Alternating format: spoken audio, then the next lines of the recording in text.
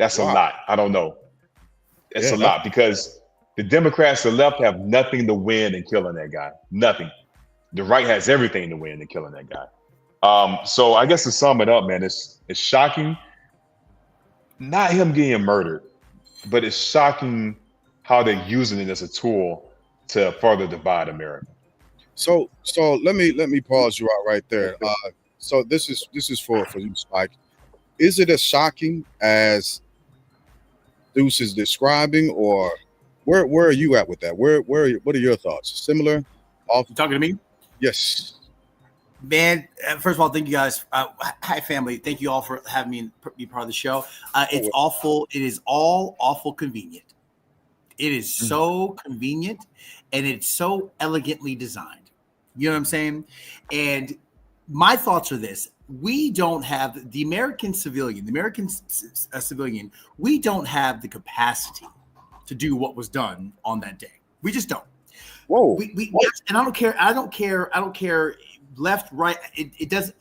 We don't have the civilian. We don't have the capacity to take that man out execution style with one shot like that. It's just too convenient.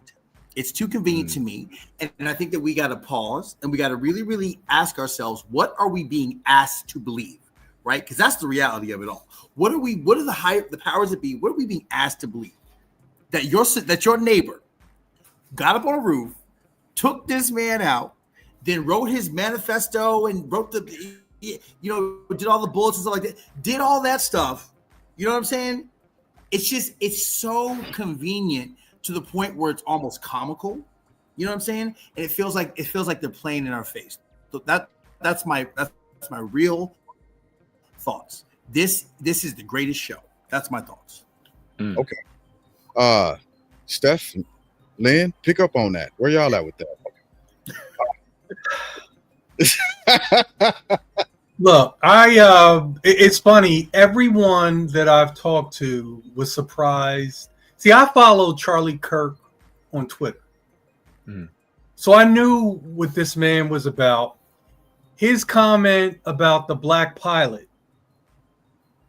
You get on the plane, you look into the cockpit, and you see someone who is black, and then you question, is this person qualified to fly this plane, or were they just given this pilot's job because they were black?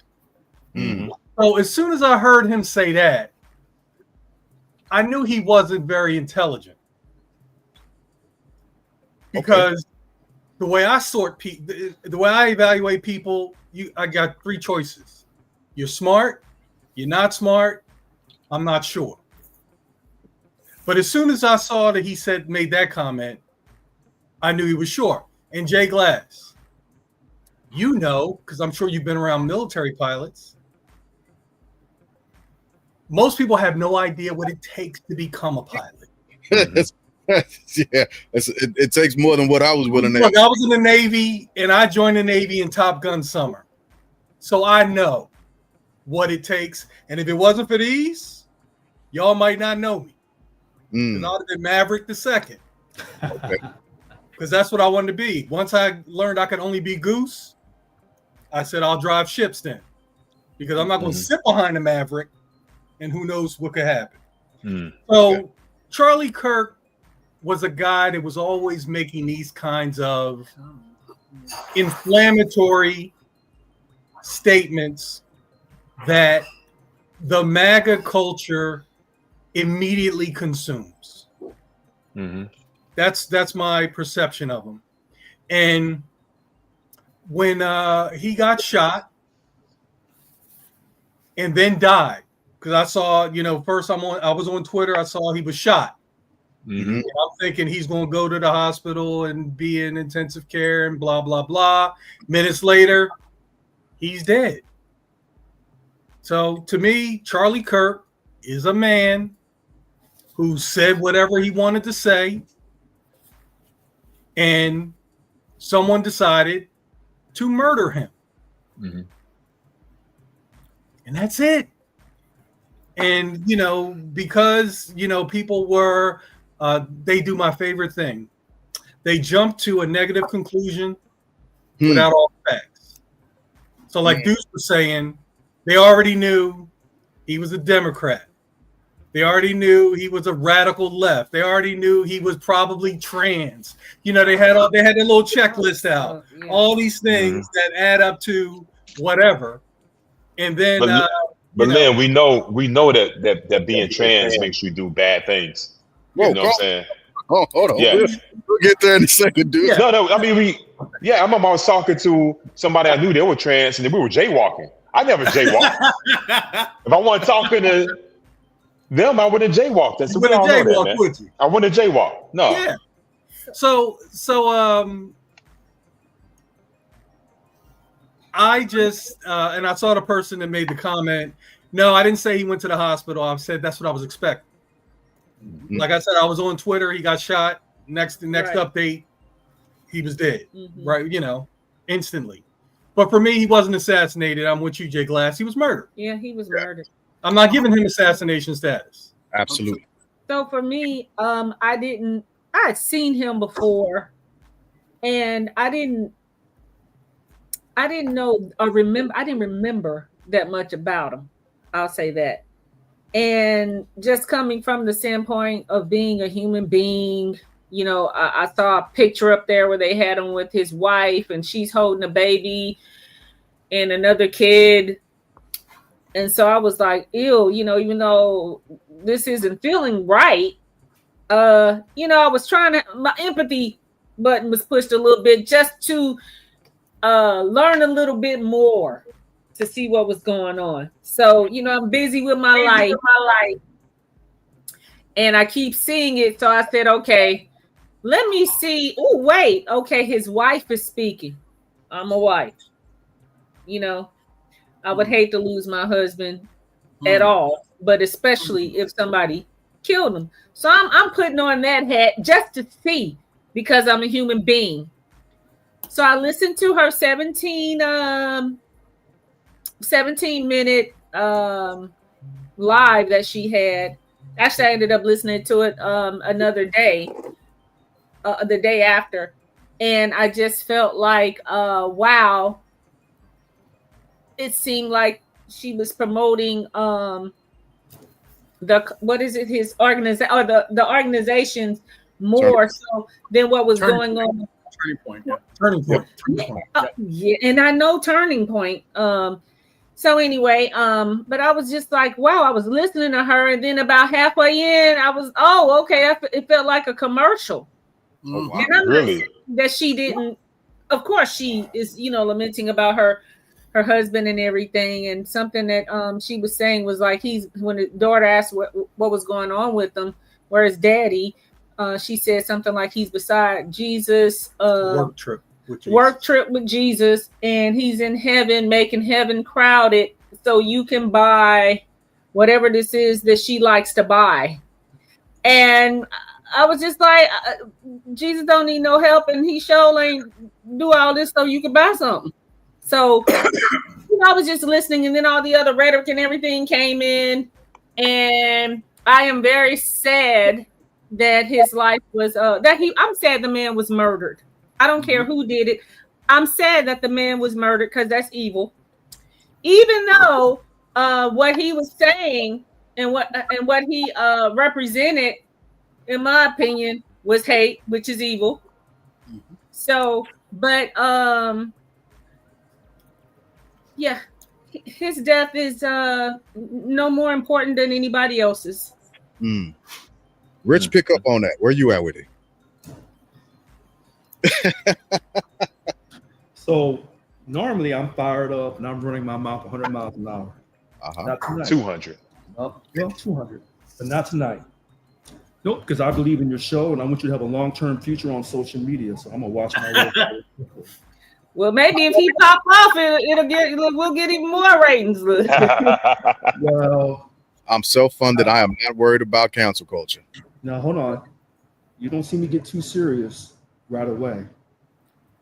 ABC, NBC, CBS, television networks, they have to go by a certain code. Social media, you really don't have to do that. Yeah. until you're African American.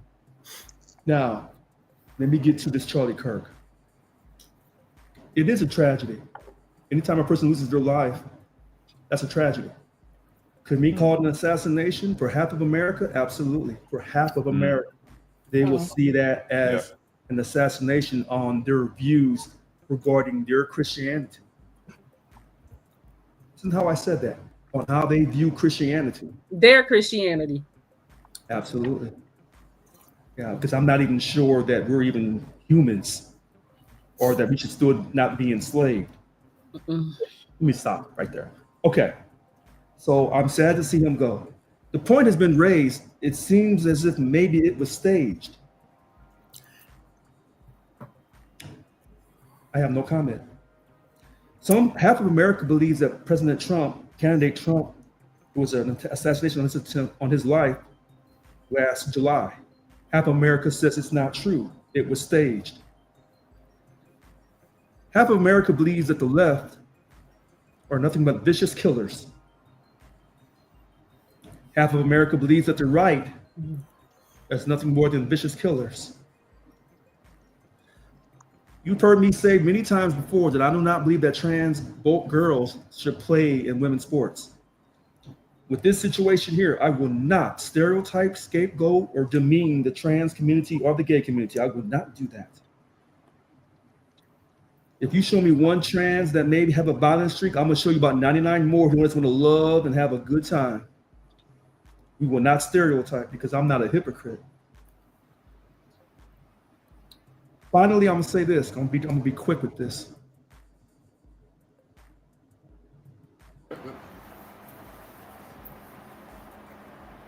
More people will be killed from the left and the right. Now they say 3 cops were killed today. Oh gosh, in Pennsylvania. Was that staged? I don't know. Is it in retaliation? I don't know. More people will react to this. And I'm not mad at Black America for saying, don't try to hijack the word assassination, because you took Malcolm from us, you took Dr. King from us, you took Medgar Evers from us, you took the little girls down in Alabama from us, you took Emmett Till. See, that will get us going. It don't take much to get us going. So when you try to take that word assassination, we will share that word with you when it comes to the Kennedy boys, because they were bringing the heat and they had to go. And so was President Lincoln, whether he had his good days or his bad days, he was bringing the heat. He had to go. Okay. So go ahead. No, go ahead. That only thing I can say is I hope for peace from both sides, but I don't see it. So let me jump on that real quick. The whole peace from both sides thing. I have seen more Democratic party members who have echoed a sentiment of peace versus what the right has been doing at the present moment. The majority of the Republican pundits that I've seen, not pundits, but political members that I've seen come out about it, have been stirring the pot to rile the base up. And then they've put out false narratives saying that it's the extreme Democratic left. This is what they do, and they've done this more so than anybody else. Well, that statistically is absolutely false, right? And we don't have to dig back in history far to look at that, right? Wait. Hold on. It depends on what. Here's where it gets funny, because you hear me say this all the time on your show. It depends on what survey you're using, what analysis that you're using. It doesn't. We can. No, it does, because they've gone on TV and they got their own surveys. They got their own analysis. Yes, they do. I understand. They got their own thing. I get you when you're talking about stats. But let's look at the reality of where we are. We don't have to take a long trip in history to see the last 3 to 4 people. Actually, I'll give you a basic stat, and you can go look it up yourself. There have been 87, roughly 8 out of 87 extremist killings that have happened. 81 of those have directly been conservative people, right? The folks that tested candidate Trump, they weren't registered as Democrats. The folks that January 6th, right? That was not a democratic movement. Matter of fact, I'll go back to one of the biggest movements of terrorism in the United States, Timothy McVeigh. He was not registered as a Democrat, right? And So, that's saying that Democrats or Republicans, either one of those parties, have a monopoly over hate. But hold on. They hold on. Give me a second. Because the Democratic Party and the Republican Party, they will move hatred in order to swing a specific amount of people to believe in their narrative. And they both use Christianity as the foundation. That's the part that I can't make sense of out of any of this. The Republican Party uses the Christianity. The Republican Party does that. Go ahead. So my question, Mike, I hear what you're saying. I hear what you're saying. I think that the left does it too. I think that the liberals, and they do it too. They do it with the black card, and they do it with the gay card, right? Okay. I'm black and gay. I'm black and gay.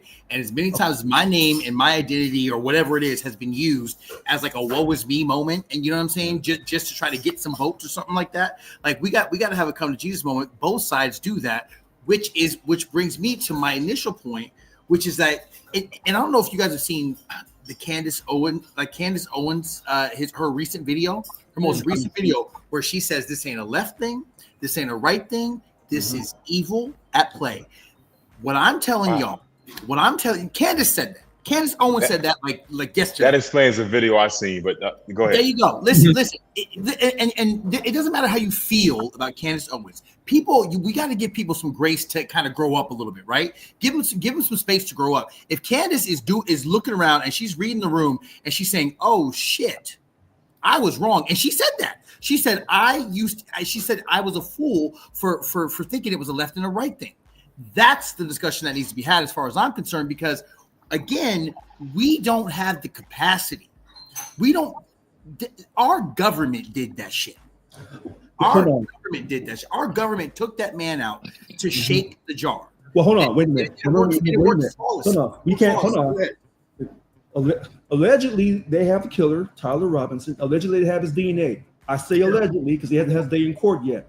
So we can't necessarily say. We can have our suspicions about the U.S. government and things they've done in the past. Right. And so, listen, Mr. Brown, what I'm telling you is this, again, goes back to the question I asked in the beginning. What are you being asked to believe? That this 22-year-old man, this 21-year-old man, whatever, climbed up on a roof, just look at the details that they provided to you. It doesn't make sense. They're asking you to believe that. Right, and you have a choice to say, "Yep, I do buy that." He wrote the things on the bullets. He did all this stuff. He left the gun in the backpack. Like the story is so far fetched, right? But what really makes sense, and here's where, and I'll shut up in a second. But here's the question you really got to ask yourself: is our government above propaganda? No. Is our, and everybody answer that. If our government's not above, if we can all agree that our government is not above propaganda, why are we so quick to believe the mess that they're bringing out instead of pausing and saying, "Hey, our government is really not too trustworthy, and they have done some shady shit in the past." So wait a minute. Hold on. This could also be some shady shit. You know what I'm saying? Wait a minute. I didn't say you were wrong. I said currently we have the alleged killer with his DNA. That's what they tell us on the news. If you believe the news, I don't believe it. Okay.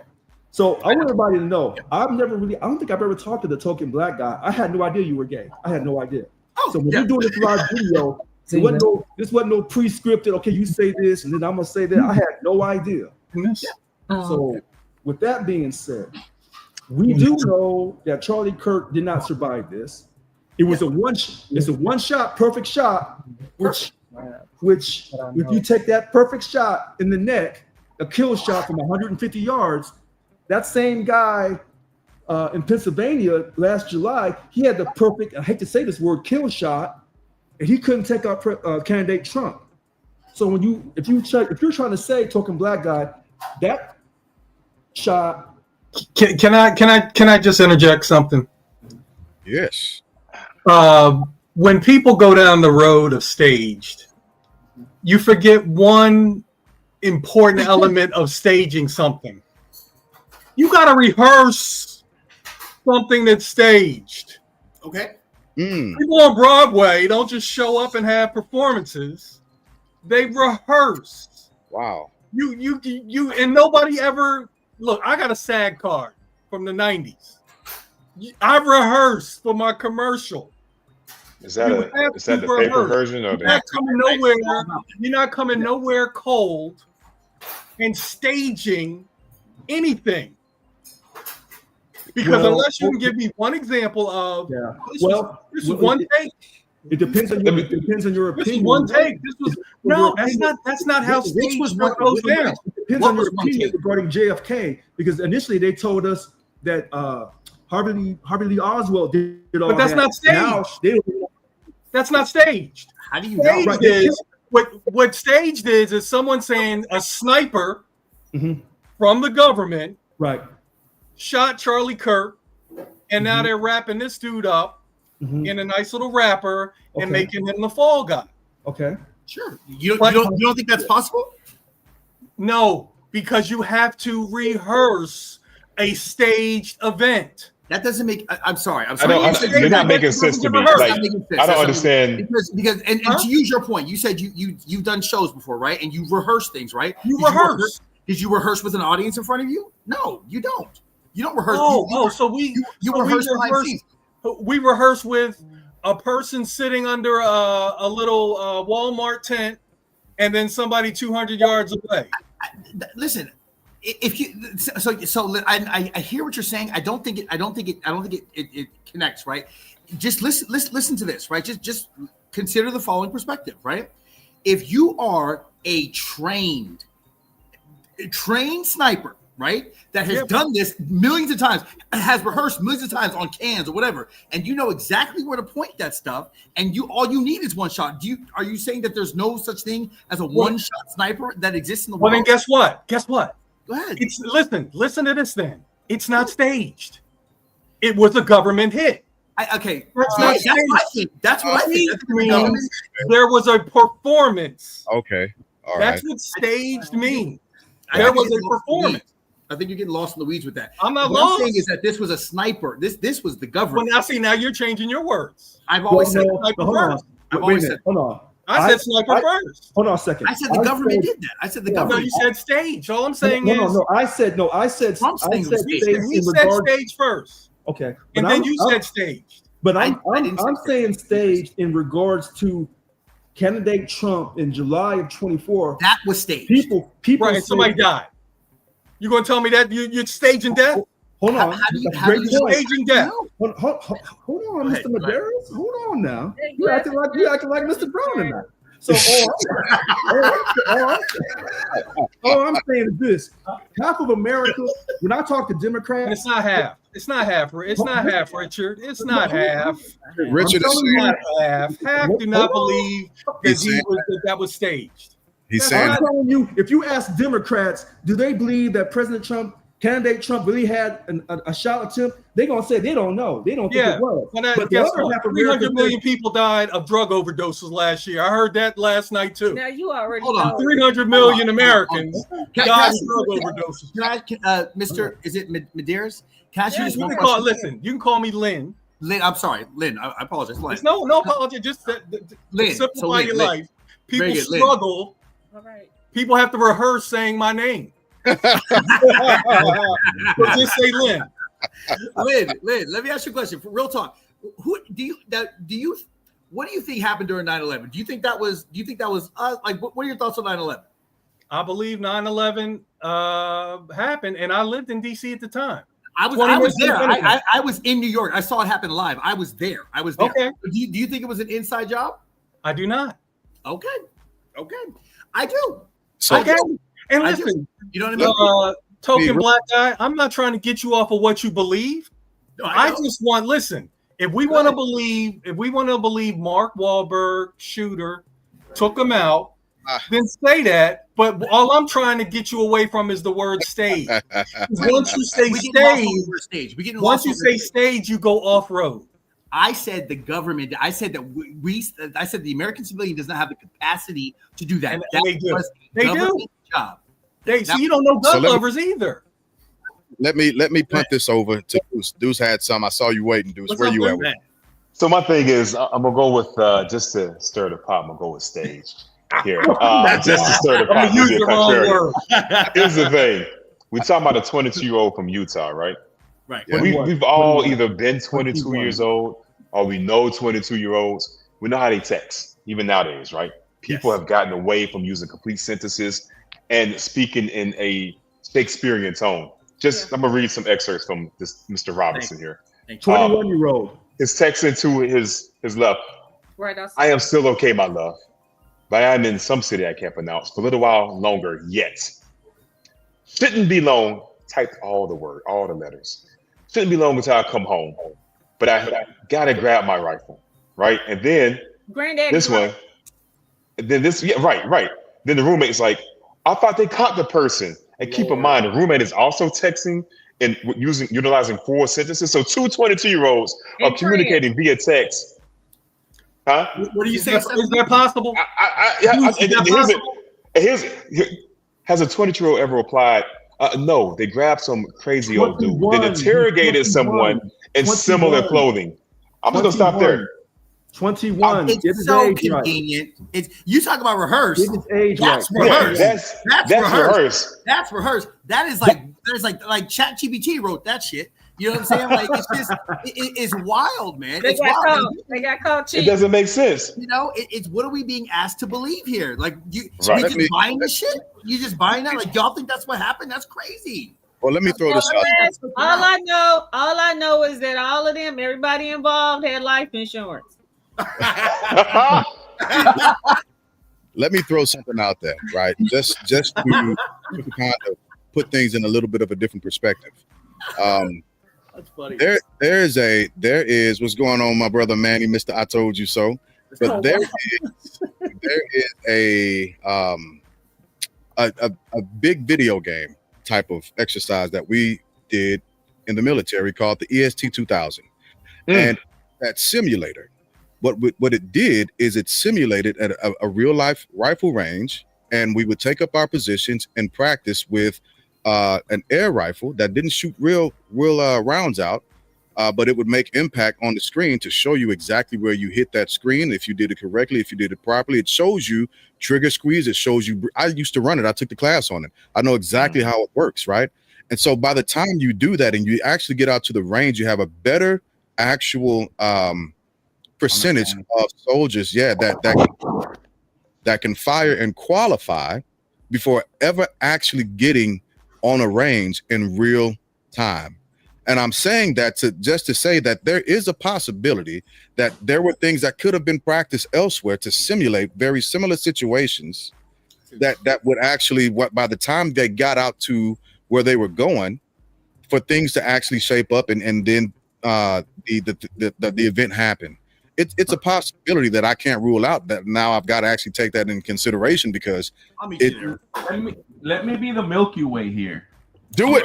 The Milky Way chocolate. Let's remember the fact that this kid was raised in on a right side of the political standpoint. Yeah. More than likely had gun training as a child. Age 3. Yeah. Also, when you do hunting, living the life of the American way, when you actually learn how to actually use a weapon and all this other stuff. Because I tell you something, when I joined the military, I shot a rifle. I wasn't even close. Next to all these young bucks, 18-year-old white kids, that they will shoot center mass at their force range. Off the plane. Yep. Off the plane, they were shooting in the bullseye. I was talking about this with my friend the other way. Safe. Some people are just they're born a good shot. Some people are born good at golf. Ain't no way. No. Ain't nobody born with this. This takes years of training and knowledge and education to actually shoot a rifle. The first time I shot a rifle, I didn't even know where the bullet was going. I didn't even know because, and I'm telling you this, I was 21 years old. So imagine at 21 shooting your rifle for the first time and not knowing where your center mass is. But when these kids are being raised with a weapon in their hand, they have a better understanding of how all this thing works. So Grandpappy's right. We can't say this is staged just because no, this kid already had that knowledge in him, which obviously used it for the wrong purpose because his mentality changed for whatever reason. And that's why they saying, and this is all me speculating because I don't know what happened, obviously, right? What do you think happened? What they're saying. We're going for what people is saying, and they're putting it in perspective.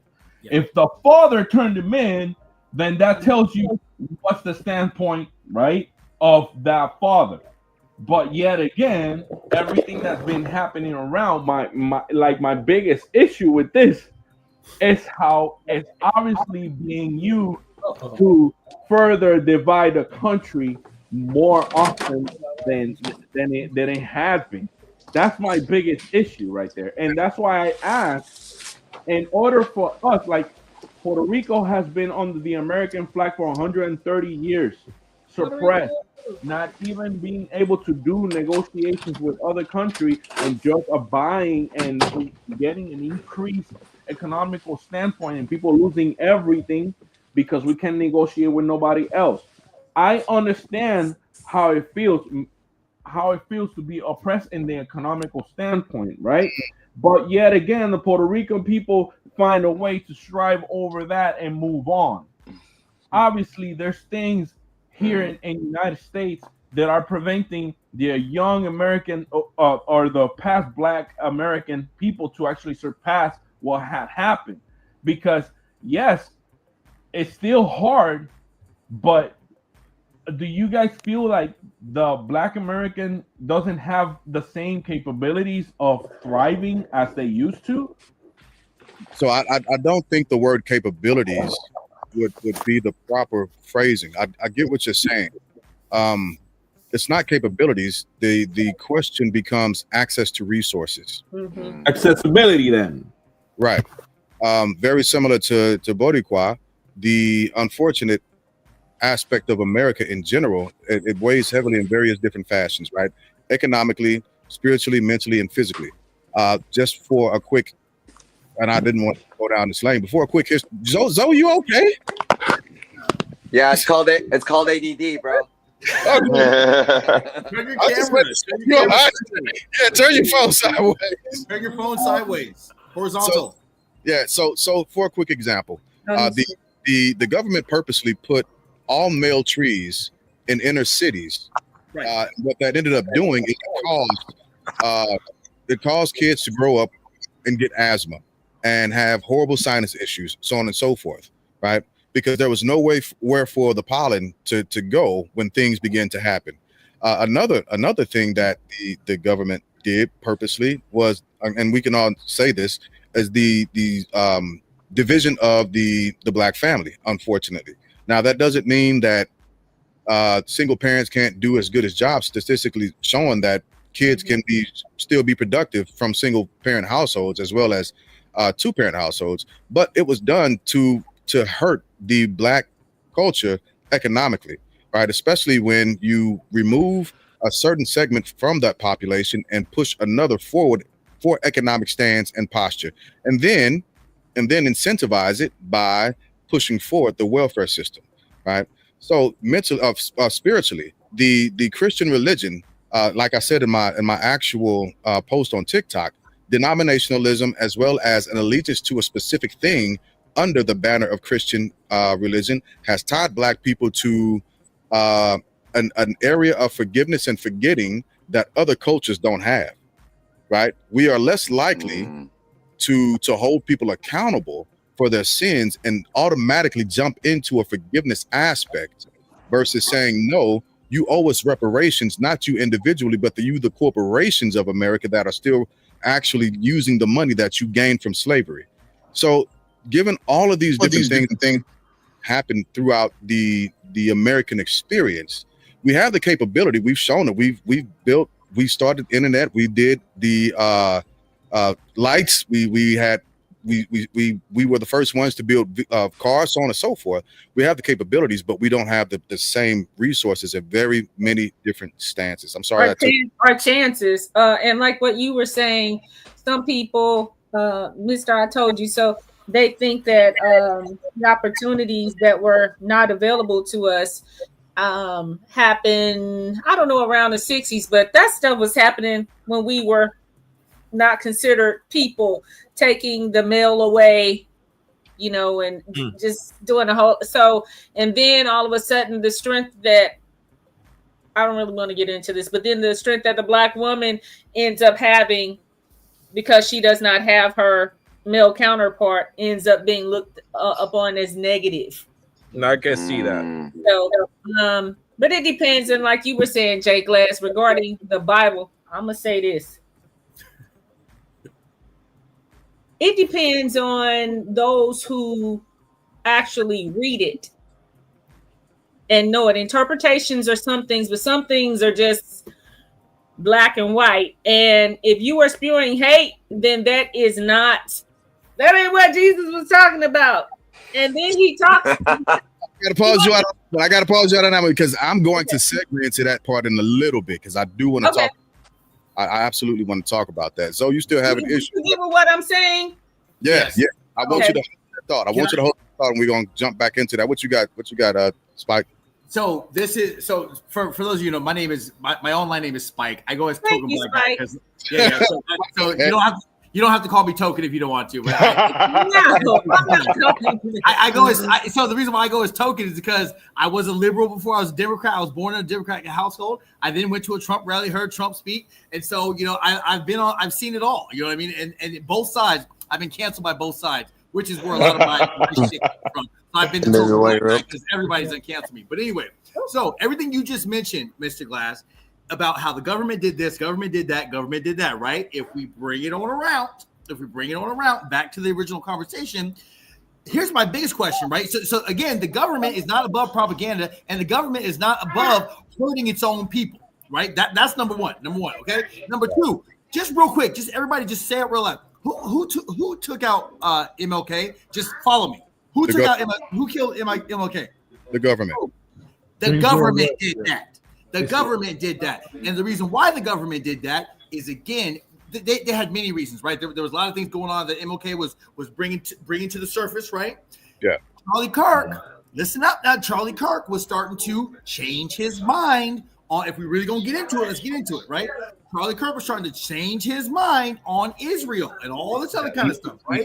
And so, and then he was supposed to have a meeting with Netanyahu or whatever his name is. Didn't do that. Didn't take the money. And then lo and behold, this man was taken out. Who took out JFK? The government. The government did that. The government did that. So if we just read the room and do the simple math and just look at history, right? Pat, you know, history doesn't repeat itself; it rhymes. You know what I'm saying? And absolutely. So it's just so convenient that Charlie Kirk was starting to have a change in heart. They took that man out, and then everybody's pointing the fingers. The jar is shaking. Division, right? Hey, right. Wait a minute. Hold on. One quick question. Hold on. Hey, hold on. Wait a minute. Hold on. This is bigger. Hold on a second. When you said he had a change of heart regarding his feelings for Israel, yes. Do you have a link? Is there a transfer? Oh yeah, I don't have a link, but y'all. I'll send you the information. Okay. He started to have a change. This is what Candace was talking about. This is what Candace Odom said. Candace said Charlie Kirk. This is her exact words. She said Charlie Kirk was starting to have a change in his mind around Israel, and he started to speak on it. And he also wanted those Epstein files released. This is just what happened, right? So we can look at all the details that they're feeding us, right? But what else is going on? There's other shit that's going on that Charlie was starting to wake up. He's starting to like, hey, he's starting to question these things, right? And can I talk for a second? Jason, I got you. All right, Jason, there you go. Turn your phone sideways, buddy. This way? Yeah, just horizontal. To address a couple of things I've been listening to. Turn it back. And I'll tell everybody on here. Turn it back, Jason. Turn it back the other way. No, other way. This way. Yeah, we'll deal with that. Yep, you're good to go. All right. So the whole Charlie Kirk thing, that was a travesty. I hated it, but it happened because of man's opinions and the man's facts that he stated, and he would always address everything with Here's my opinion, or here's the facts. That man should never been assassinated. Now we can go right back to anything else. We can go back to JFK. We can go back to Martin Luther King. And I honestly, me personally, I don't feel like it was the government that killed them. And that's my opinion. It was somebody that disagreed with what they were saying. And now I'm gonna make a joke. Okay, are you guys open to a joke? Not about Dr. King. Hold on a second. Please read the room. Please read the room. So hold on, wait a minute. If that's about Dr. King or Malcolm X or any other black folks, no, we ain't joking about that shit. Read the room. Read the room. No. Calm down, man. You've never seen that side of me before, but you've seen it tonight. I'm not really sure. Is it an offensive joke? No, I don't care if it's not offensive. Man. Offensive for who? So moving past the joke. Is it necessary? Is the joke necessary? Like, it's not. No, it's not necessary, but there's a lot of serious stuff being talked about. Right, but when Jason, will it incite a riot? Mm-hmm. Hold on a second. We ain't joking about Dr. King being assassinated, whether it's by the government or by James Earl Ray. I'm not going for that shit. I'm telling you that right now.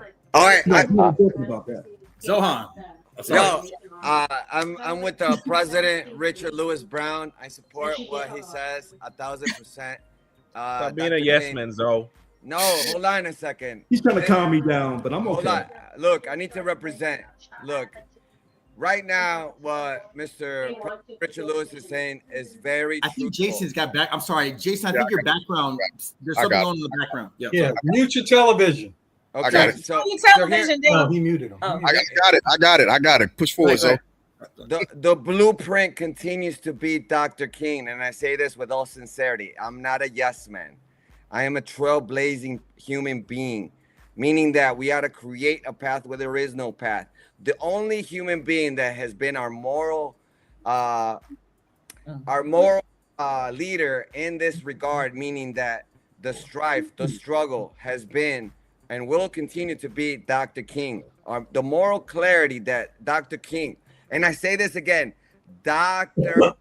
King, ladies and gentlemen, because what he said at the very end, when he knew what he knew, and he stated very clearly that he wasn't going to be afraid, even though any human being would be afraid to be a truth bearer in the dark. And given the fact that right now we are in a darker time, meaning that evil is spreading at an alarming rate, given the fact that a couple of days ago we saw what we saw in Mississippi, I don't want to say anything other than the fact that we're paying attention. They do not want the minorities to be more graceful in the Department of Unity. That's why the family has been attacked ferociously.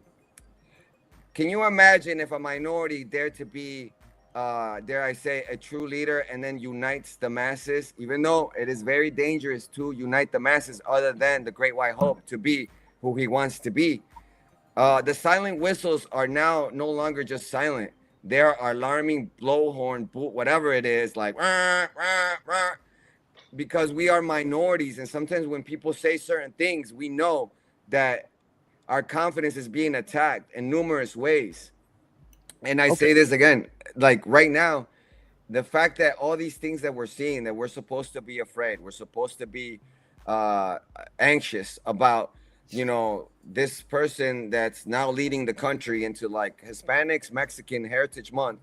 We've been like ferociously attacked within our liberties and freedoms paid by the people that actually paved the way for us to speak freely. So freedom has been attacked. Overall, we all feel the aspect that all our freedoms are being attacked, and including. I got to pause you out. I got to pause you out. Final thought. I don't want you to monologue too much longer. I got a quick question. I got a segue off. I got to give a quick segue. Now, and here's the next question, right? The next talking point that I'm still very much so confused on. Hey, Susie, with us understanding what happened with Charlie, why did HBCUs have to go into lockdown automatically? Yeah, well, hold on. Let me address that, because I want to go back to what Jason said initially. He said it was a travesty, and I said earlier it was a tragedy that Mr. Kirk, Charlie Kirk, lost his life. Yeah. Okay. And when some people say, well, we don't want to say assassination, I said no, because to half of America that wasn't assassination because he was talking their political voice, and he lost his life speaking. At the same time, this motherfucker. It was an assassination. It was assassination. Same thing that happened to Martin Luther King. Same thing happened to JFK. Right. Assassination. Right. For him speaking his truth. Wait, hold on. Whether people like it or not. Yes, sir. Well, hold on. Give me a second. On. Yeah, baby. We will hold on. Hold on, Rich. Hold on. This is what I want to allow. Generally speaking, I don't care on the show, and we can continue in a lot of dialogue, but we won't compare Charlie Kirk to MLK. Those two things are not the same. Hold on, Susie. They are not synonymous in the sentence, in a paragraph, on a page, or in a book. There is no point or time where Dr. Martin Luther King spewed hatred. There's no point in time where Dr. Martin Luther King literally attacked a gender, a person, or a group. Not one single time in any of his platforms. So we can agree with that. He didn't. But you know what? He did not. Hey, but you know what? You know what, Mr. Glass? This is how tricky this is. That's why I said tonight I'm gonna watch my words. Yeah. In our minds in Black America, that's right. You can't talk about Dr. King and then compare Charlie Kirk to him because we ain't having it. Hey, baby. However, to half of I don't America, know who's talking, but tell him to come have a seat on my couch. But to half of America, we can have a conversation. To half of America, Charlie Kirk is their Dr. King. I get that. This ain't half of America's podcast. So okay. I know that's right.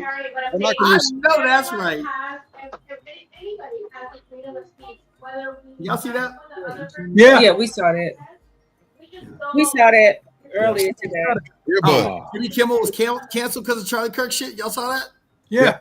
Susie, you gotta get one of your earbuds because I can't. It's hard to hear you. You sound like an echo. Yeah. She done got my earbuds in her ear. I don't hide shit from nobody if I'm going. I want everybody to hear me. I can't hear her. I think y'all need to get a laptop. Okay, go get a laptop computer. It's not given. Put his earbud in your ear, Susie. I want to hear what you're saying. I want to be able to hear what you're saying. But Deuce, you've been quiet. Jump in. We waiting for you. So I kind of got lost with the comparison there. But another theory I've seen is Charlie Kirk was indoctrinating the youth of America, right? Mm-hmm. That's why he was going to different colleges to insincerely debate them, move the goalposts when necessary, and out debate those that are not skilled enough to debate him, use other tactics, right? The turning point was gaining traction in the young America male space, right? So another theory is that Nick Fuentes, who has been spewing this for eons, we think Charlie Kirk is bad. So Charlie Kirk could be Darth Vader. Nick is the Emperor, right? Yeah. So they're competing for the same. They compete for the same space. So a theory is that the forgive me if I mispronounce their names. The Grapers. Listen, great. See, it's too close to two other words, right? But that they were sent out to kill Charlie Kirk, right? Which kills Turning Point, which opens up that space, the ears to young America, which Nick Fuentes can now capitalize on, make money on, and he's far more conservative than Charlie Kirk ever was. So that's another theory. Honestly, that's what I said in the beginning. It's a conspiracy theory. Yeah. It's another take. It's it could be a civil war within the MAGA force. Ladies on here, so say gentlemen. Great. The conspiracy is that a 21-year-old person hopped on a roof and then wrote a love letter. That's the conspiracy. as far as I'm concerned. Like we gotta just really have a come to Jesus moment and just really talk some sense here. Just think about it. Just think about it. Does that make sense to y'all? Especially knowing everything if the government took out JFK, if the government took out MLK, if we could all agree on that, why is it so hard to believe? And I'll tell you why. Why is it so hard to believe that the government wouldn't do this to shake up the jar? And the reason why is because people on both sides just want to be right. They just want to be right. I would say one point. I give it 2 seconds. 2 seconds. Donald Trump's assassination attempt. People made fun of that. No one got fired. Charlie Kirk, Jimmy Kimmel makes fun of him. Donald Trump, Charlie Kirk, and he gets fired. Something to think about. Come on. So Jason, I'm gonna take you off mute. It was kind of hard to hear you because we heard Susie in the background. Go ahead. I know, and I'm gonna tell you, Susie is my defender. She takes care of me. She keeps me in line. Sometimes I do get out of line, just like the gentleman that's been speaking. Because just like him, I got my opinions, and sir, I give two shits where you came from, what you've done, everything else. But I'm gonna sit here and I'm gonna listen to your opinions. Okay. So where are you at with Jason? Let me hear you. All right. So government did not take out Martin Luther King. They did not take out JFK. That's falsified. I mean, if it was real, it would have been directed.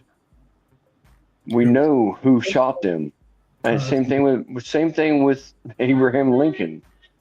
James Booth killed him because of his opinions.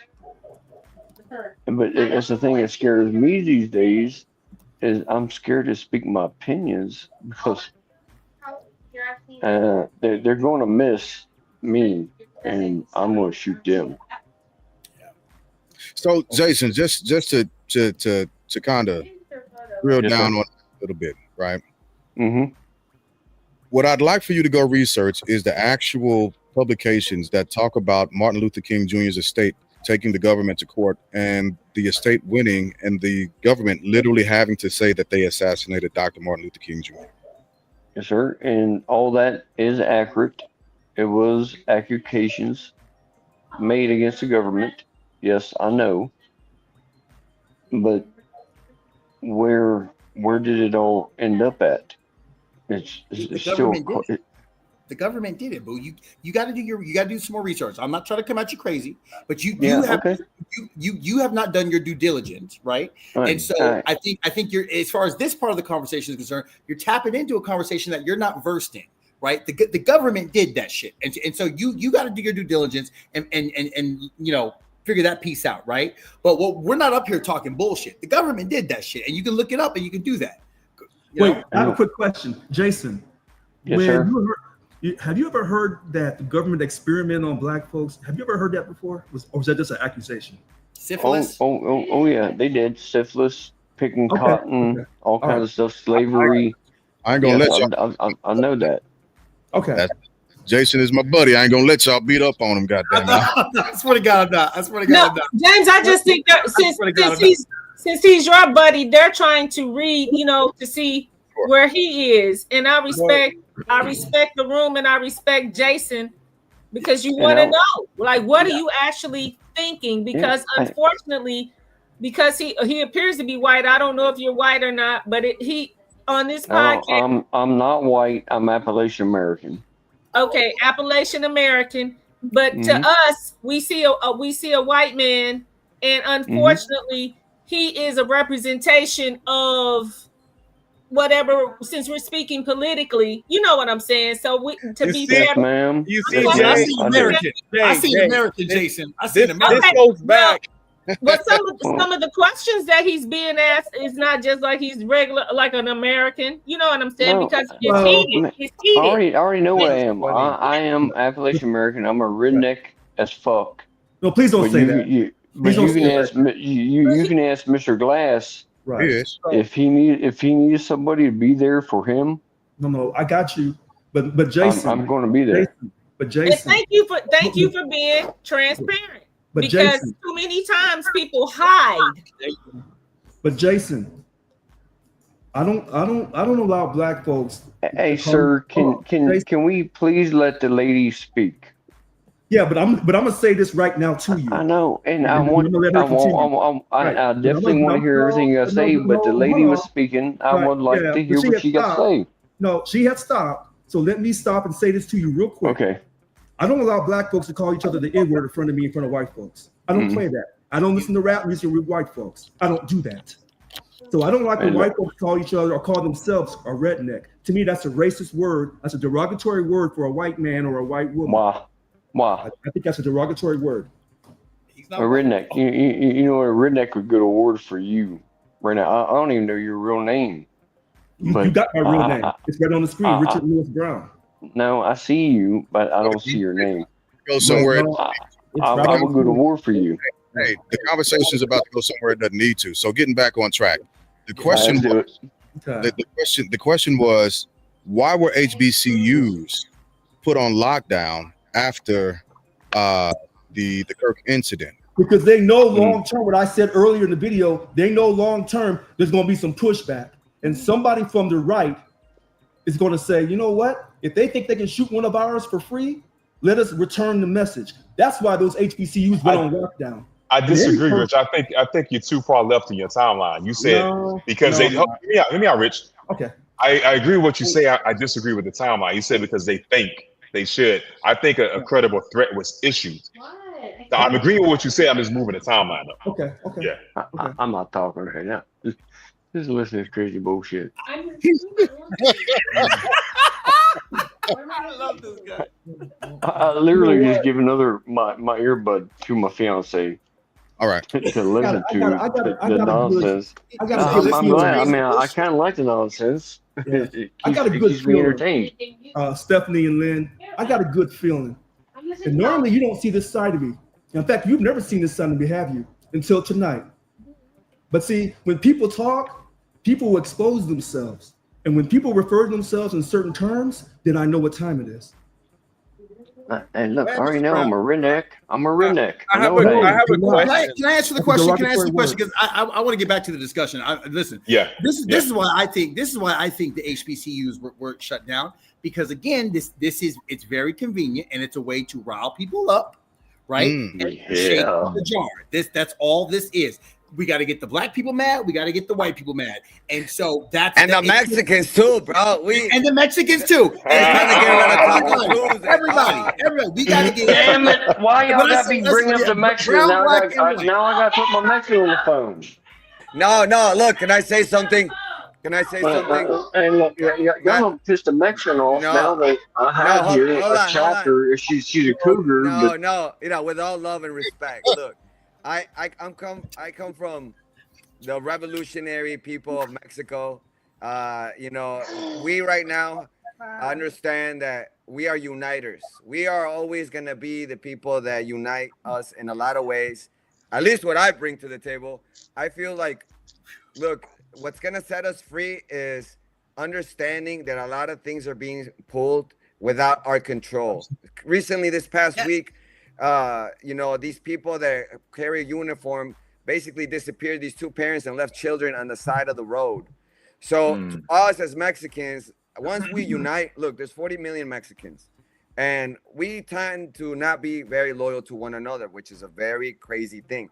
But if for 1 second, one Mexican gets picked on, it's like you do not want to do that, because then everybody's like, oh no, we gotta really unite.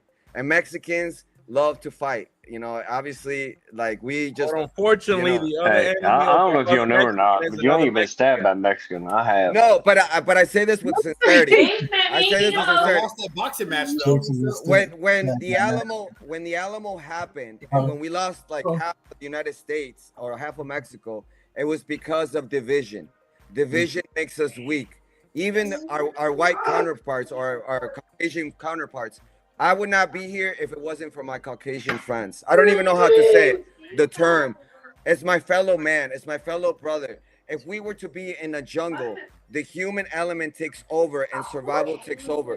But if we are divided, we are all in a situation where, like, it's the United States of America. If we are united, then nobody will mess with the United States. but there's people that are moving to make us weaker, even inside our country. And I say thus. So I have to disagree with that. Our politicians won't allow us to be united. So I'm gonna throw that out there first off. Second off, there was a question that's asked that I adore this question, and it takes us off the rails a little bit, but I think it's worth talking about because we've got representation from Boricua, Mako, the Appalachians. So yep, that too. Exactly. And the question is, do you all feel that blacks are the only race getting suppressed? No. Hell no. No. We all are. Every race. Yeah. We all are. To include our white brothers. All races are. We are all oppressed. We are all oppressed. That's the truth. Hey, James.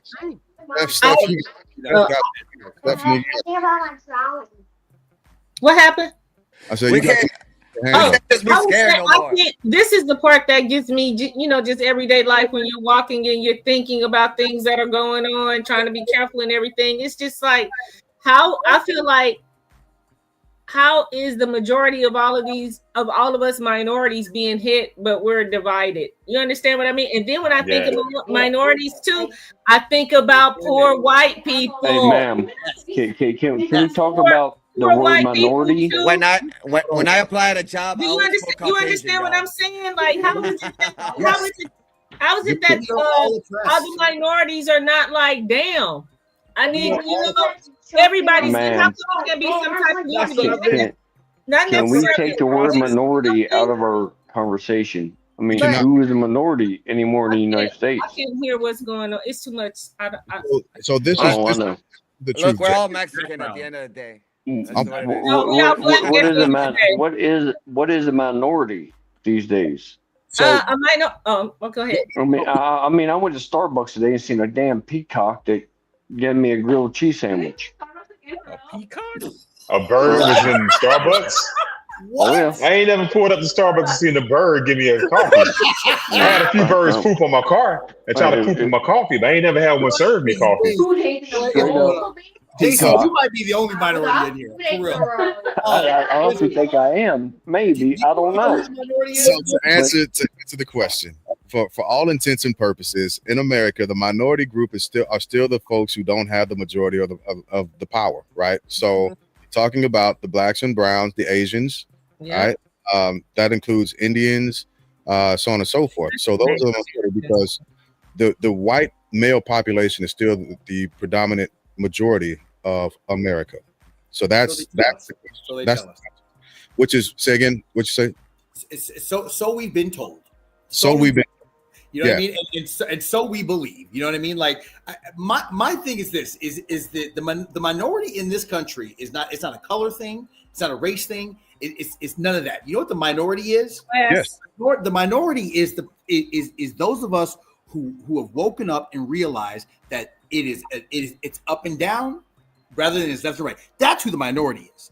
The minority is the person who realizes that the liberals are full of shit and the fucking conservatives are full of shit. I had to unmute myself again. Hold on, friend. Up and down, left and right. That's what I believe. That's what I believe the minority is. Right? Is the people who can really take a step back and have some emotional intelligence and realize, oh my gosh, we're being played.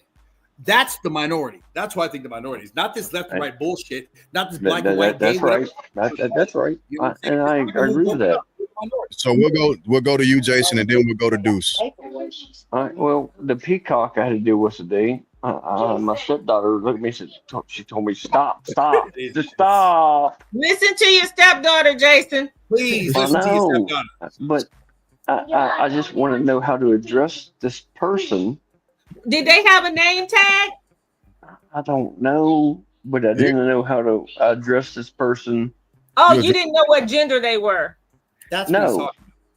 Yes. Why does it matter? Why does it matter? Like that's a whole other conversation. Like, Just ask their name. And you can ask Mr. Glass. I mean, I've never seen the genitalia of a peacock either. When I was supposed to see him at the zoo, I don't look up the feathers. I was literally trying to just be a respectful person because I don't care. I don't care if it's a male or female, but I just want to know what it's be addressed as. Jason, friend, listen, I'm not trying to disrespect you, but you're not being respectful. You were going out of your way to be disrespectful. Okay, because if you really wanted to respect somebody, ask them their name. If you be a mature adult and ask them their name. But if you're calling them a peacock because that's how you feel because you're offended by somebody's sexuality, that's you. You're being immature, man. I'm sorry. I'm saying this with respect, but like I'm so tired. I didn't tell them directly. I'm so tired of it. It's so beneath us as a society. Just ask the person's name and move the hell on. If you don't like them because they're gay, who gives a shit? You know what I'm saying? Like they don't give a shit. They don't care. Why do you care so much? Just ask their name and move on. It's not that big a deal. If I could talk for a second, if I could talk for a second, you gotta man up, boo. You gotta man up. Hold on. If I may interject, look, as human beings, let's not always take ourselves so seriously. We all have things that people get offended. I get offended all the time. That's why I say Taco Tuesday. I'm a Mexican because right now being Mexican or being whatever. There's always the counterpart right now, and I think overall the bottom line is the bottom line is that if we don't have the decorum to speak freely, that's basically what puts us all in like a situation that sucks because look, everybody somehow is hurt somehow along the way. We all have traumas, right? We all have traumas somehow, or we have all experiences that makes us believe that if I look at someone, that's the person that I'm supposed to hate. But if God was here, he'd be like, look, we're supposed to love everybody. Everybody. And you're right, Zoe. I just want to, if I can, just go back to Spike's point real quick, the previous point. I appreciate your point, Spike, but I wish I could think of a big word. I disagree. Wholeheartedly disagree. What do you disagree on? I said a lot. What do you disagree on? Tell me. Okay, I disagree. You said that it's when it's up and down. I think there is a racism clash. I think there's also a clash on class, right? So rich versus poor. But I still do think that color, race is still involved in that also. Oh yeah. Because I'll meet you there. I'll meet you there. All right. I agree. But the thing about it is, and that's because people So like health insurance, life insurance. Life insurance is what it is. All right. So that was a lot more than what I was saying. Y'all are in these background comments killing me. I'm trying to keep my cool and listen to the room and everything else. Y'all are going in back there. Hey, Mr. Glass, can I make a point real quick? Last point, and then we're pushing forward to life insurance. Go ahead. I'll hang up. Don't hang up, Jason. I just did not know how to address this person, so I respectfully asked how to address this person. Okay. You make the room better, bro, by being here. Zoe. Let him go. Let him talk. I wanted to know what pronoun that person went by. That way I can address that person properly the way they want to be addressed. This is the way that you would address a person if you're confused, my friend. Yes. I would ask them how. Spike, listen to him, Spike. I'm listening. All you have to say, right? Because there's no confusion, right? There's no confusion from you. There's no confusion when you see another human, right? It doesn't matter what the pronouns are. You see another person that's alive in front of you, and that should be a reflection of deity as you're interacting with them. That's the bottom line. So you can't hear me, can you? Can you hear me? I think you hear you. Background. Y'all too loud in the background. So the way to interact with them is simply say, my friend, right? That way you don't get it wrong. And it's always respectful, unless they say, please don't call me that, call me this, refer to me as this or refer to me as that. Right. And that's the easy way to jump into that conversation. Before I even get to that, why can't I just ask them, how do you want to be addressed? And you can, and that's another podcast for another time, buddy. That's another. Hey, Jason, listen to your stepdaughter. you're probably. She can guide you. She can guide you in this way. All she did was tell me stop. Jason, stop. Don't get me started. Go in the street, and if you want to be called something else, you let it know. To be honest, all I want to do is be respectful. Right. I'm sorry. So I'm sorry. Say what's your name? If you wanted to be My name is Jason Roy Bates. Speak up. Pushing forward. Nice. That was a lot that happened there, and I got sidetracked. I kept reading. I put y'all on mute because y'all. Jason, I mean no disrespect, but I just. Hey, Mr. Glass, you know I respect you. I love you. I respect you too, bro. I just give me a holler. All right, I got you. I'll talk to you. Whoever that guy is right there, I would love for him to sit on the couch beside me so me and him can have a face-to-face conversation. And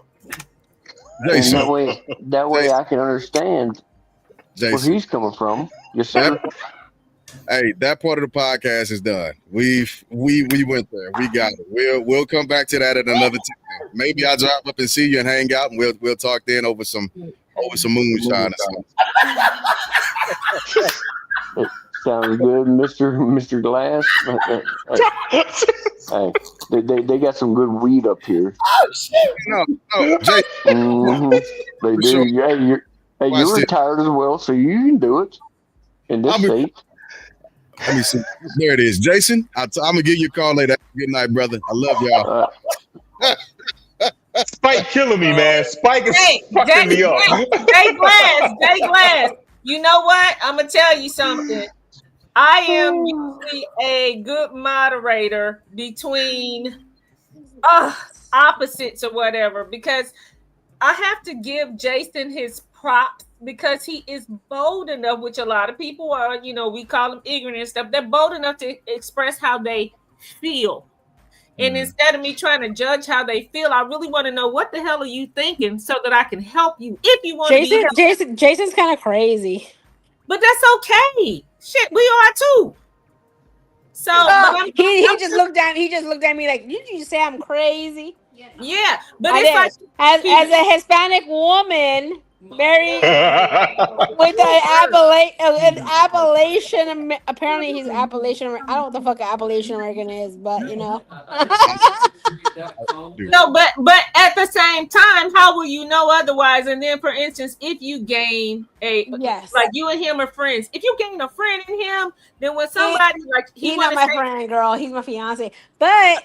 I'm talking about James. That's James's friend. Yeah. When you gain a friend, I love James. I put her on mute. Yeah, Susie. So what I'm saying is, if you gain a friend like that, and he was talking about other rednecks or whatever, he'll school them. He'll school them if he's really, you know what I'm saying? Absolutely, you're right. And so it's like, okay, yeah, whatever, but no, not today. No, don't mess with him, cause whatever. Or, again, he'll school them on what he's learned from you because of your friendship. The deity that you've shown to him. You were not a threat to him. You put up with how he asked questions and stuff and tried to look beyond that, since he was so open enough to, express himself. And that takes a lot. And Spike, that's why I was saying that, because he said he didn't say what he said in front of the person he was talking to. Yes, ma'am. We can all learn from each other. If I may, I'm not offended. I'm just over that conversation. I am a gay man. I've had that conversation with so many people. I know. And it's time to move on. We are all gay. I went to a white college. I understand. You know what I'm saying? So it's just like it's just hard because how do you address people? Like, how do you address? I'm just saying, like, how do you address people? Like, okay, Susie, can I ask you just a real question? Yeah, you can. Stephanie just said it right there. Stephanie just said it right there. Why is it so hard? And I really want to know, why is it so hard to ask somebody what their name is? Well, not their name, but people get offended. I mean, I was in California for a very long time. Now I live in Wisconsin for over 3 years. Yeah. So every place you move to, or I've moved to, it's different. So Their it's name, difficult. their name is different. Like no. It's the way that you address. Like if I say he or she or whatever, they're like, that's not my name. But and I'm like, Susie, if you just use their name, you don't have to worry about any of that. Good. So because I've done that. I have addressed them by their name, and they've been ignorant. Okay. I just, I haven't used pronouns in a long time. Actually, Me I say, hey, so thank you. I do have somebody that I work with. I do have somebody that I work with that is transitioning. Okay, what's their name? What's their name? That applies to everybody. What's their name? Michelle. So listen, if you say, "Hey, Michelle, how you doing, Michelle? You look really good, Michelle." How can you go wrong with that? Well, yes, correct. Michelle. When you refer, and then but she told me, well, it's not Michelle with a SH, it's Michelle with a CH. It's but Mike now. I'm like, okay, well, how do I address that? How do I be respectful? How do you be respectful? This is where the conversation gets exhausting because we're just going in circles. If you just call her Michelle, there's no. Just call her Michelle. Something tells me that she probably ran into somebody. Wait. I let y'all go through this for long enough. This is another podcast for another time. I don't want to get sucked down the trans movement world today. Yeah. We can do that next week or the week after. Well, hey, so Nope. We're not going to continue on that. I have something to say. So I'm just saying, like, my daughter's here. She's 8. She's gonna be 18 pretty soon. She said, "Mom, like, for someone that my age, how do we address that stuff?" So she wants to know, like, in school. It's more like if you're saying. Got it. So no, we won't do it tonight. We will talk about that at another podcast because that continues the conversation where I don't want it to be. But we will. I'm glad. I'm taking note. We'll come back to how to actually address humans in a human manner.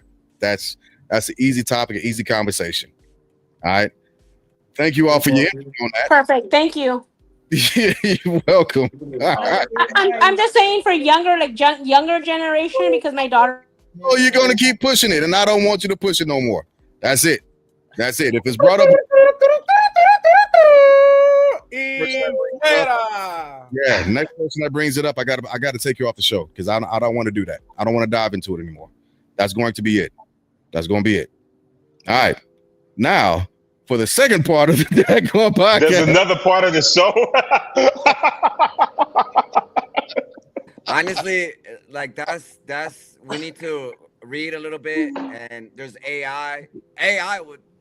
Zoe, don't make me forward. So now we have our friends here, Stephanie and Lynn Medeiros, that are going to talk to us about life insurance. So please, Miss Stephanie, give me a second.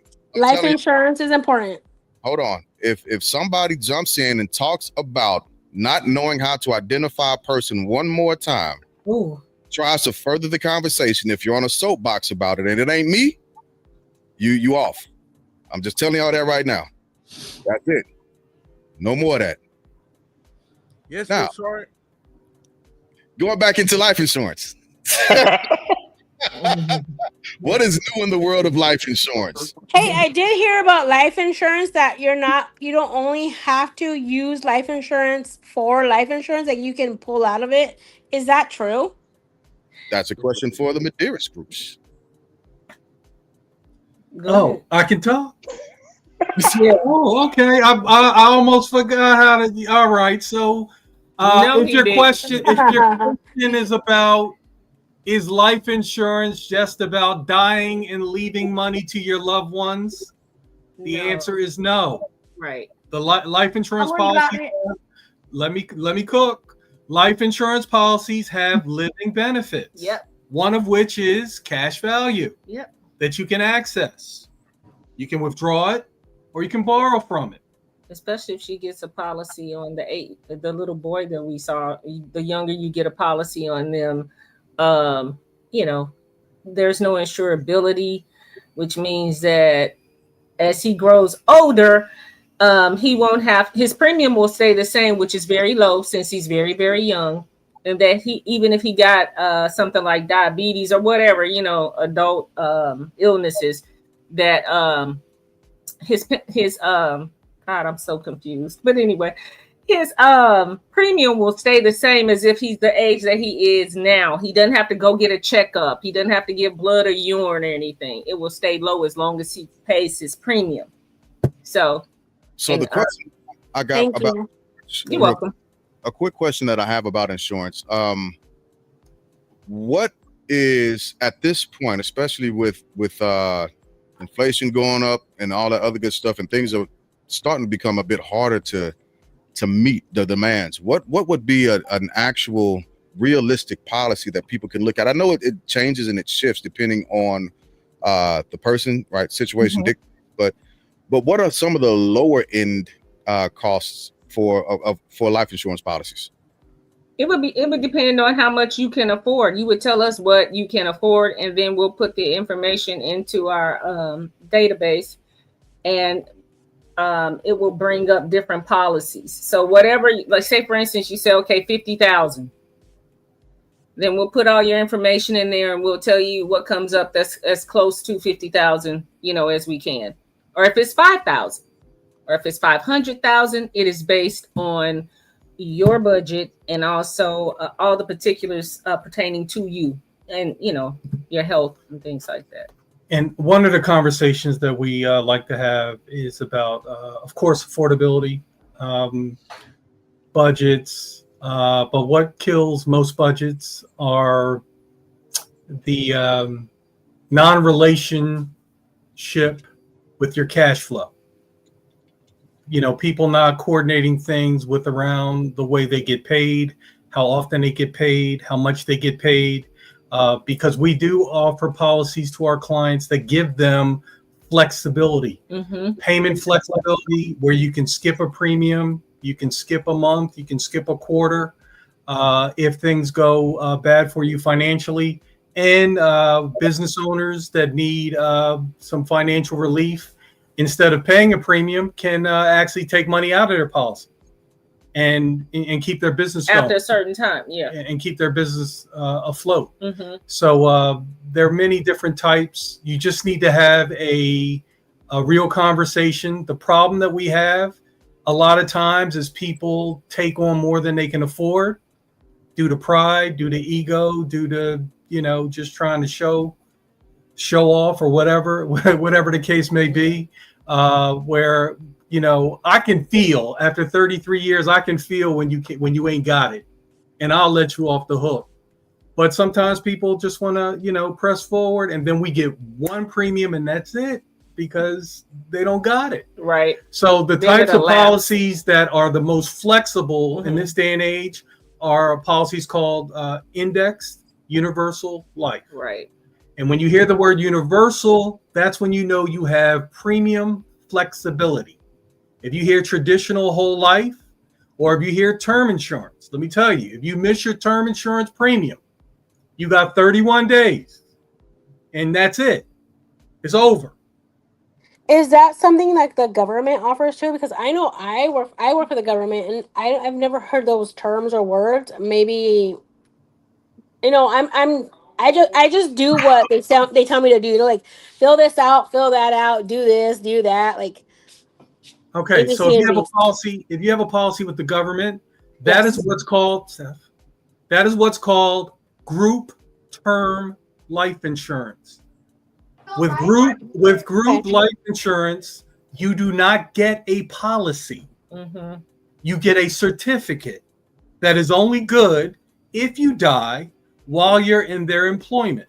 Oh, that's how group term life insurance works. So if I die while I'm working there, then that's covered for my children, whatever. That is correct. So if I die not working for them, then I have to do something different.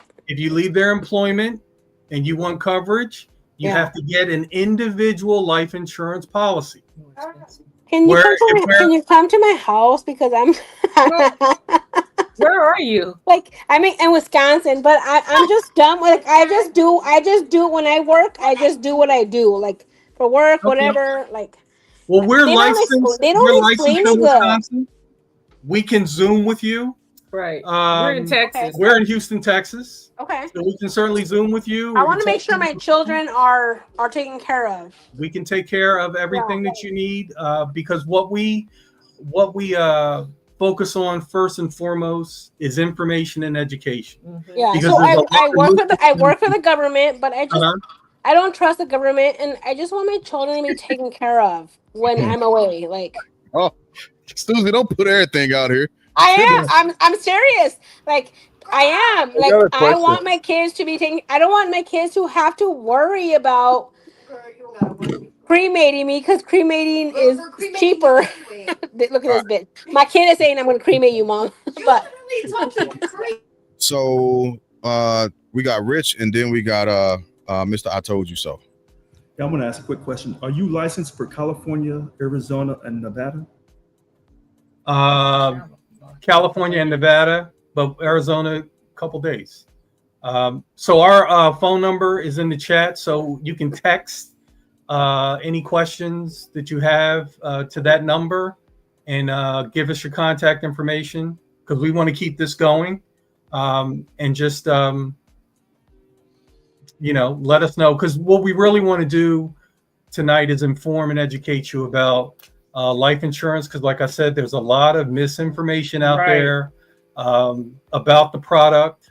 Most people think that it's too expensive, but they never go through the exercise. The three components that you need to be thinking about when you get a life insurance policy are first and foremost, your final expenses. Final expenses, that's the coverage that you definitely need to die with. Mm-hmm. But there are coverages that you need to live with. Like if you're young and you have a family, you need to have enough coverage to cover several years of your annual income. So that's called income replacement. Also, what you don't want to do, if it's possible to avoid, is to leave your family saddled with debt. Yeah. So we want to talk to you about what your debt total is so we can handle your debt elimination. Mm-hmm. Mortgage protection. You get a mortgage, you got 30 years to pay that thing off. We like to pair that with a 30-year term policy. So either you're going to live past 30 years and have a home free and clear, or you're going to pass away during the mortgage period and get your mortgage balance wiped out. Right. So here's a question that I have as a recently retired guy, and maybe maybe I have an autoimmune deficiency, or maybe I might have been diagnosed with a cancer, or I'm a cancer survivor, or I just want additional insurance in general. What does that look like? How is that shaped? And let's say I'm just looking at it for something like $250,000 policy. How does that play out? Okay, so when you have situations like that, we need to set the expectation. Mm-hmm. Don't forget, a life insurance company is a business. So when you have medical conditions that shorten your life expectancy, you're not going to be able to get large policies. But one of the things that Stephanie and I can do for you, and we did this for a client, he was a transplant recipient. So he was limited to $25,000 to $30,000 by every company that we went to. Mm-hmm. But he wanted $100,000. So guess what we did? We got him $25,000 with 4 companies. Now, is it more expensive? Yes, but he's in a situation where the statistics say when you receive an organ from someone else, your life expectancy is going to be shorter than it would have been had you had your own organs. So this is the business, this is the science, this is the underwriting that occurs with companies, but this is also what Stephanie and I do. So if someone says they want $300,000 worth of coverage and they have a condition that limits the amount that any one company will give them, we just shop around and we get multiple companies to approve them. As long as you can pay the premium, they're not going to have a problem. Right. And this is why it is so important to us to be able to work with over 30 carriers, because some companies don't like, say, for instance, serious issues like cancer and diabetes and things like that. But then you have other companies that are like, hey, that's our jam, bring them on. You know what I mean? So with as many companies as we work with, we can find you what it is that you are looking for, or as close to it as you need it to be. Okay. So I see you, Zoe. Mr. I told you so. I had a question about VA, so on and so forth. So I'm 100% VA disabled. So I was wondering if there's something that can help veterans in the same scenario, right? That it's affordable and trustworthy, because obviously the government and the VA offers a solution, which is the FGLI, family GLI, right? But in the end, it comes out to being an expense that is super more pricey at the pocket of the veteran than it is for the benefit of the whole entire family. So, I was just wondering if there's something that say for that. Absolutely. Text us your information. Are you Tyron? No, this is Mr. I told you. What's your real name? I mean, I agree with him, because as I work for the VA and I work for like community care to have veterans schedule appointments in the community, and it's hard for them. It's hard for them. So I totally agree with what he's saying. Like, is there something for them? Yes. To, Yes. Just hit us up. Here's what you will never ever hear about us. I went to them and they couldn't cover me. So is there some? I don't want to say my job. Yeah, I don't want to say my. Don't tell us that. Hit us up. Also, info@themadeirisgroup.com is our email address. Oh, let me address this. I ain't no goddamn secretary. Thank you. Who's on the secretary?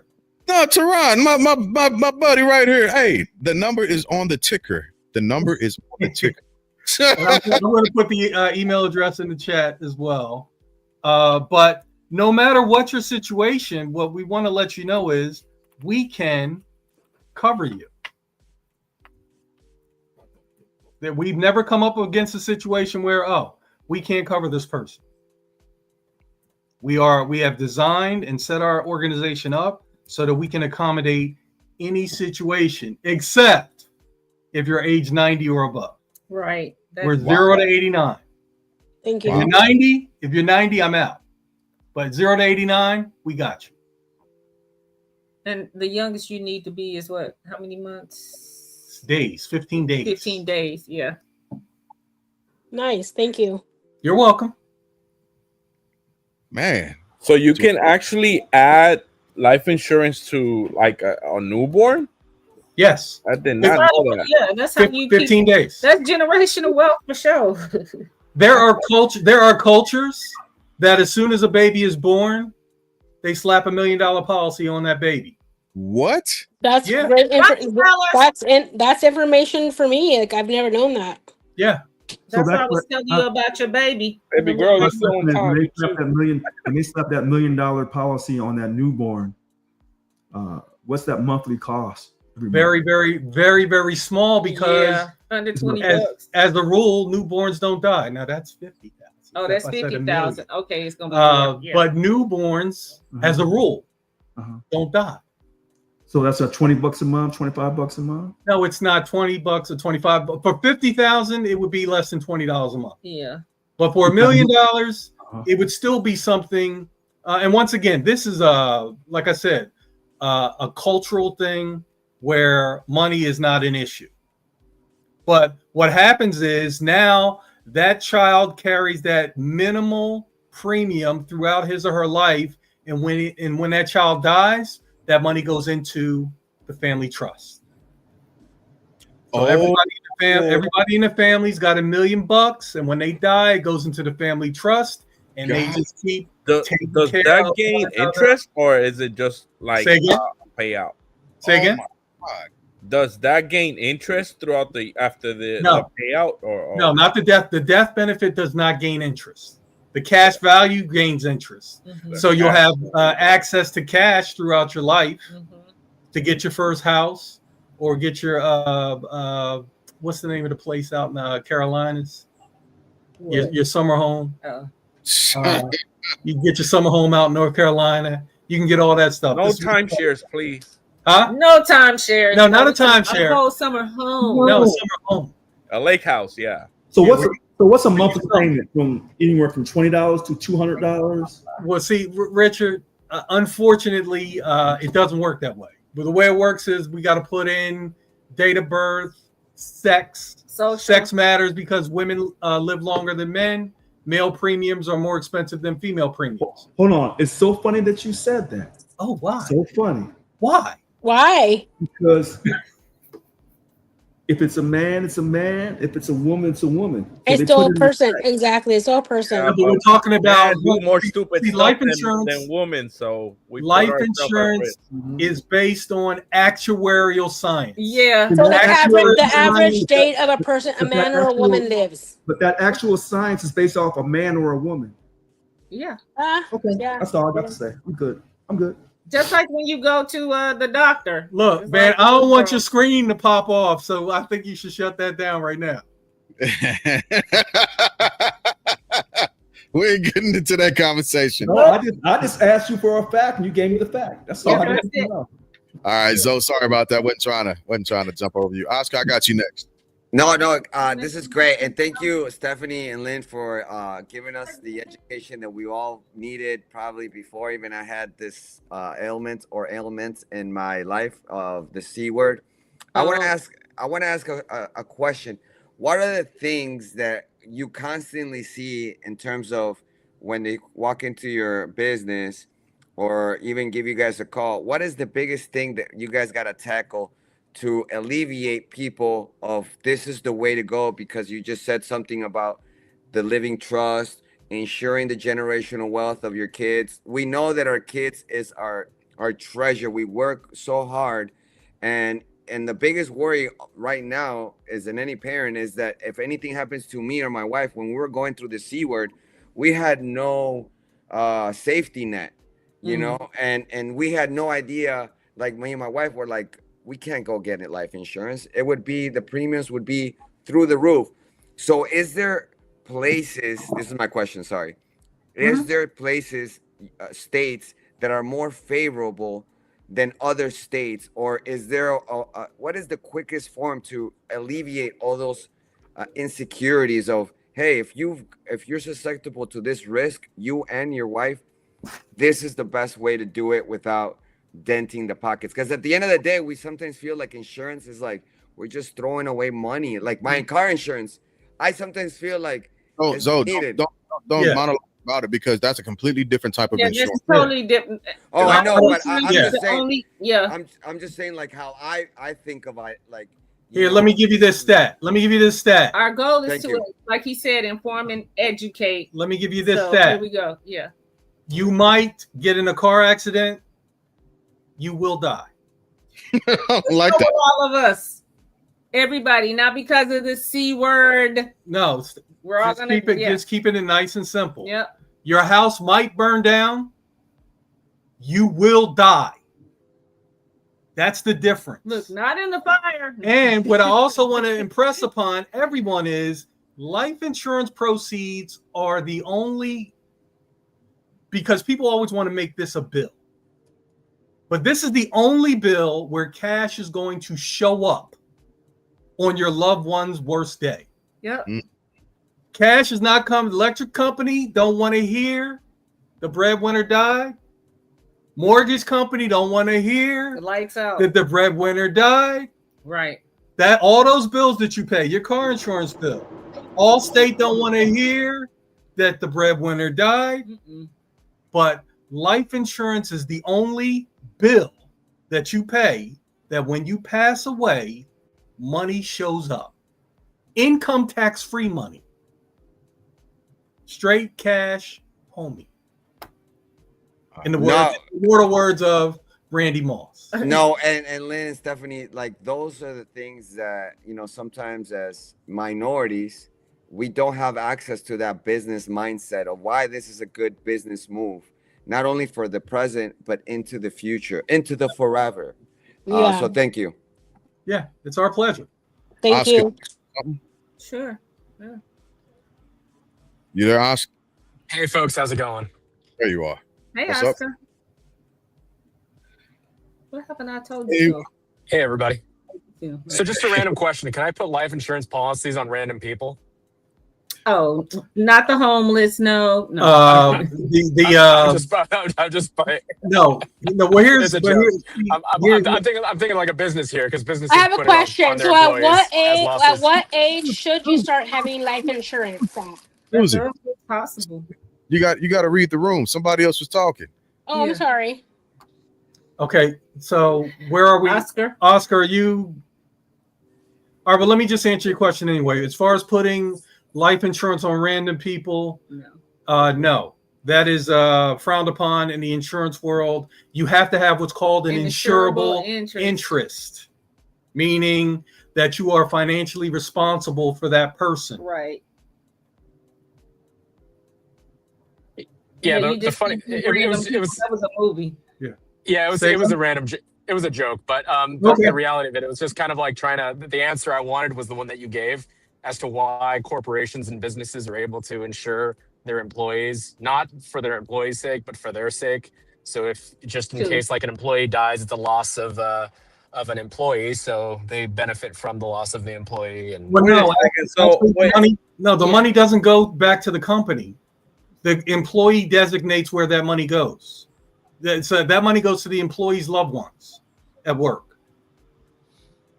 So when a company insures an employee, so a lot of times people will have, let's say, 4 times their salary. And 4 times their salary is $250,000.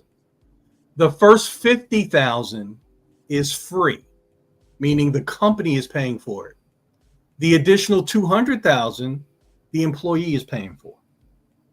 And even if your company tells you, or it's not coming out of your check, there's a thing on your W-2. There's a section for imputed income, and that's where those things go. So things that your company pays for, and health insurance goes in there a lot as well, that you're unaware of, you get banged on your W-2 as imputed income.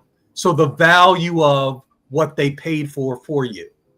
Sometimes that even happens with tuition and tuition reimbursement programs.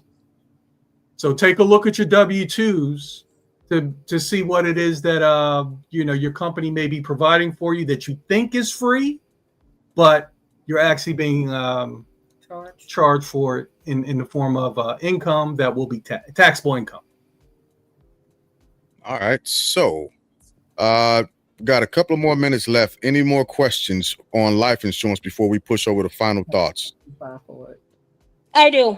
What would you advise as a teen that just got out of high school, starting a new job? What kind of advice can you give them?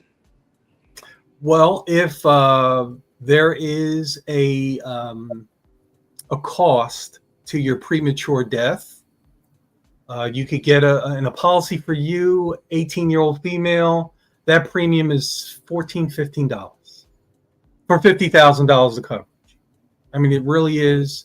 But here's what happens. If you hold on to that policy and now you find yourself in your 50s and 60s and 70s, where we get calls all the time where people are kicking themselves that they let those policies go at a young age, you'll be so much more in an advantageous situation from a life insurance standpoint, because then that's a policy that you die with.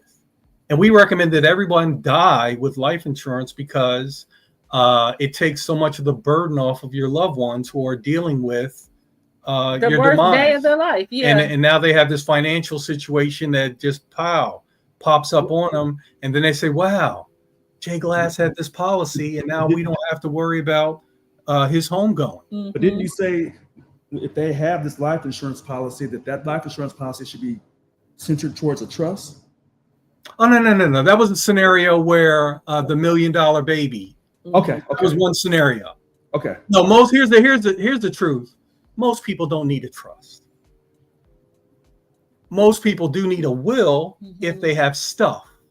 But a trust is one of these gadgets that the wealthy use, to control people from the grid. That's basically what a trust is. Give me a second. Mm-hmm. That popped off a little faster than what I anticipated. Anyway, so the hope is this is Life Insurance Month, right? Yeah. And as always, Awareness. Life Insurance Awareness Month. Awareness Month. About 3 things going on in my head at once. Life Insurance. Sorry about that. No problem.